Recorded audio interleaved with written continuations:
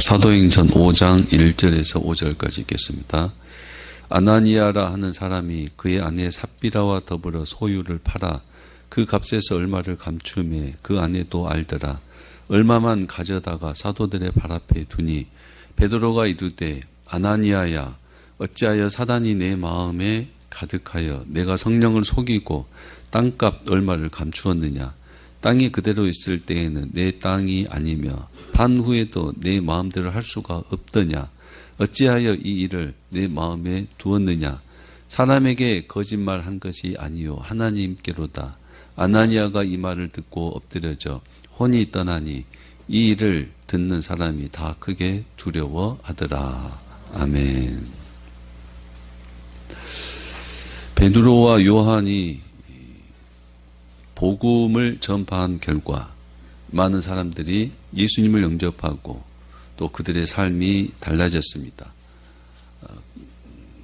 그 달라진 그들의 모임이 초대교회고 초대교회의 그 모습이 우리 4장 32절 이하에 잘 나와 있습니다. 믿는 무리가 한 마음과 한 뜻이 되어 모든 물건을 서로 통용하고 자기 재물을 조금이라도 자기 것이라 하는 이가 하나도 없더라. 사도들이 큰 권능으로 주 예수의 부활을 증언하니 무리가 큰 은혜를 받아 그 중에 가난한 사람이 없으니 이는 밭과 집 있는 자는 팔아 그 판 것의 값을 가져다가 사도들의 발 앞에 두매 그들이 각 사람의 필요를 따라 나누어 줍니다. 당시 하나님 나라의 복음을 듣고 사람들이 세상으로 살던 사람들이 하나님의 나라로 사는 것이 현실적으로 이렇게 보여졌습니다. 이 말씀은 공산주의처럼 교인들의 재산을 다 가져와서 공평하게 재분배하는 것이 아니라 했습니다. 모든 재산을 교회에 헌금한 것처럼 보일 수 있지만 그런 뜻으로 하신 말씀이 아니라 그랬습니다.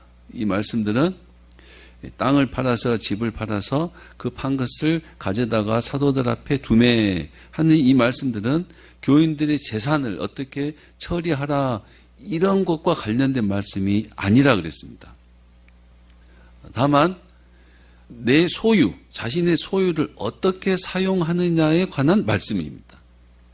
과거에는 복음을 듣기 전에는 세상으로 살았을 때는 소유를 위해서 사는 삶이었는데 이제는 하나님 나라의 복음으로 내 소유를 어떻게 다른 사람의 필요에 따라 사용하는 삶으로 바뀐 것입니다. 세상으로 살 때는 소유를 위해 살았는데 이제 내가 예수님을 영접하고 하나님 나라를 알면서 이제 소유의 삶이 아니라 나눔의 삶, 베품의 삶으로 바뀌었다 한 것을 보여준 것입니다. 그리고 이 말씀은 이렇게 자기 소유를 어떻게 사용하는 이 일, 이것은 의무적이 아니었고 강제적인 것도 아니었고 철저히 자발적이었다 그랬습니다. 또 내 것을 팔아서 헌금해야 하는 어떤 집착과 부담을 갖게 하는 것도 아니라 그랬습니다. 또 이 일은 일회적인 것이 아니라 지속적인 것으로 계속해서 소유를 나누는 삶, 지속적인 삶으로 살았다 했습니다. 또 내가 판 값을 사도들의 권한에 맡겨서 사도들로 하여금 각 사람의 필요를 따라 나누게 하였다. 이 말은 내가 헌금한 후에 그 헌금에 대한 권한을 가지지 않았다 그랬습니다. 이런 모습들이 초대교회의 모습이고 이런 모습들이 예수님을 영접하고 세상 나라에서 하나님 나라로 바꿔진 삶의 모습이다 그랬습니다. 그래서 이 말씀의 전체적 의미는 세상 것에 매이지 않고 자유하다는 겁니다. 또 물질의 다스림을 받지 않고 물질을 다스린다는 겁니다. 세상의 소유 그 소유하는 세상으로 살지 않고 하나님의 나라의 베품과 나눔, 긍휼히 여김, 불쌍히 여김, 사랑함, 이웃을 내 몸과 같이 사랑하는 그 삶에 대한 구체적인 모습을 보여주고 있다 그랬습니다. 여러분, 이 세상 나라에서 소유물은 소유한다. 소유는 말 그대로 소유하게 하는 겁니다. 세상에서는 소유하게 하고 또 소유하게 합니다. 이 세상으로 살면 예수님을 영접하지 못하고 하나님 나라로 살지 못하고 세상으로 사는 사람들은 계속해서 소유하게 합니다. 소유하게. 계속 가지고 소유의 전쟁이다 할 만큼 소유를 위해서 전쟁을 하고 물질뿐만 아니라 지식을 소유하고 지식뿐만 아니라 사람을 소유하고 소유 계속해서 소유의 전쟁, 죽을 때까지 소유하게 합니다. 죽기 전에 내가 묻힐 땅도 소유하고 내가 담길 항아리도 소유하고 모든 것 소유의 연속입니다. 그러니까 이 세상으로 사는 사람들은 계속 소유를 위해서 싸우고 소유를 위해서 정말 피땀 흘려 일하고 소유를 위해서 그렇게 애쓰고 삽니다. 그렇게 소유. 근데 그렇게 소유를 위해서 살았는데 갈 때 보면 별로 가진 게 없고 남길 것도 없고 소유를 위해서 삽니다. 소유의 종이 되게 합니다. 그러나 하나님의 나라는 소유한 것을 나누게 하고 베풀게 합니다. 소유한 것으로 하나님의 나라를 이루게 합니다. 사람을 살리는 데 쓰고 사람을 돕는 데 쓰고 하나님의 은혜를 증명하는 데 쓰고 예수님의 사랑을 보여주는 데 사용합니다. 소유요. 그 하나님의 나라로 사는 사람들은 쌓고 사는 사람이 아니라 베풀고 나누는 사람입니다.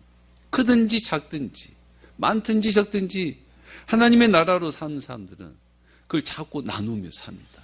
나누며 살려고 그래요. 큰 차이가 있습니다. 소유. 심지어 예수 믿는 사람도 소유를 위해서만 삽니다. 하나님 나라가 아니에요. 하나님 나라는 나누고 베품입니다. 주고 또 주는 겁니다. 그러니까 지금 32절 이하에 나와 있는 이 초대교회 예수 믿고 하나님 나라 복음으로 사는 사람들의 그 모습은 내 소유한 것을 팔아서 나누는 삶을 살았다 요약을 합니다. 하나님 나라의 삶입니다. 그렇다고 해서 교인들의 재산을 어떻게 처분하고 어떻게 헌금하라 이런 것들을 가르치는 내용이 아니라 그랬습니다. 그런 내용이 아닙니다. 세상 나라에 소유하는 삶에서 하나님 나라에 나누는 삶으로 전환한 것을 구체적으로 보여주는 말씀이라 했습니다. 근데 이 말씀을 악용하는 사람도 있습니다. 이 본문 말씀을 악용해서 교인들이 재산을 팔아서 교회에 헌금하게 하고 그 헌금이라는 명분으로 교인들의 소유를 갈취한다 이 말입니다. 이 말씀을 악용해서 봐라 초대교회는 믿음 있는 사람들은 재산을 팔고 땅을 팔아서 집을 팔아서 사도들 앞에 두었다. 그러니까 여러분들도 있는 거 팔아서 내 앞에 가져와라. 이렇게 악용해서 교인들의 재산을 갈취합니다. 빼앗습니다. 속여서 빼앗고 강요해서 빼앗고 갈취한다 이 말입니다. 이단 사이비가 주로 하는 행태입니다. 이단 사이비에서요. 근데 안타깝게도 때로는 기존 교회에서도 건전하다고 하는 그런 기존 교회에서도 건전하다고 하는 그 교회에서도 이 말씀을 잘못 이해해서 교인들에게 더 크고 더 많은 헌금을 강요하는 일도 없지 않아 있습니다. 여러분 재산을 팔아야 믿음이 좋다 하는 것은 왜곡된 믿음입니다. 잘못된 겁니다. 재산을 팔아야 땅을 팔아서 헌금해야 그 사람이 믿음이 좋다. 그 사람이 세상을 다 떠났다. 자유하다. 이거 거짓말이다 이 말입니다. 잘못된 믿음입니다. 잘못된 믿음. 왜곡된 믿음입니다. 그래야 되겠습니까? 여러분 재산을 다 팔아서 여러분 소중한 걸 팔아서 교회 헌금해야 되겠어요? 잘못된 믿음입니다. 그것 때문에 오늘 본문에는 아나니아와 삽비라 부부가 멸망했습니다. 그 잘못된 믿음, 왜곡된 믿음 때문에 재산을 팔아서 집을 팔아서 사도들 앞에 교회에 헌금해야 된다. 그래서 그것이 가난한 사람에게 나눠줘야 된다. 그런 논리 때문에 아나니아와 삽비라가 망했습니다.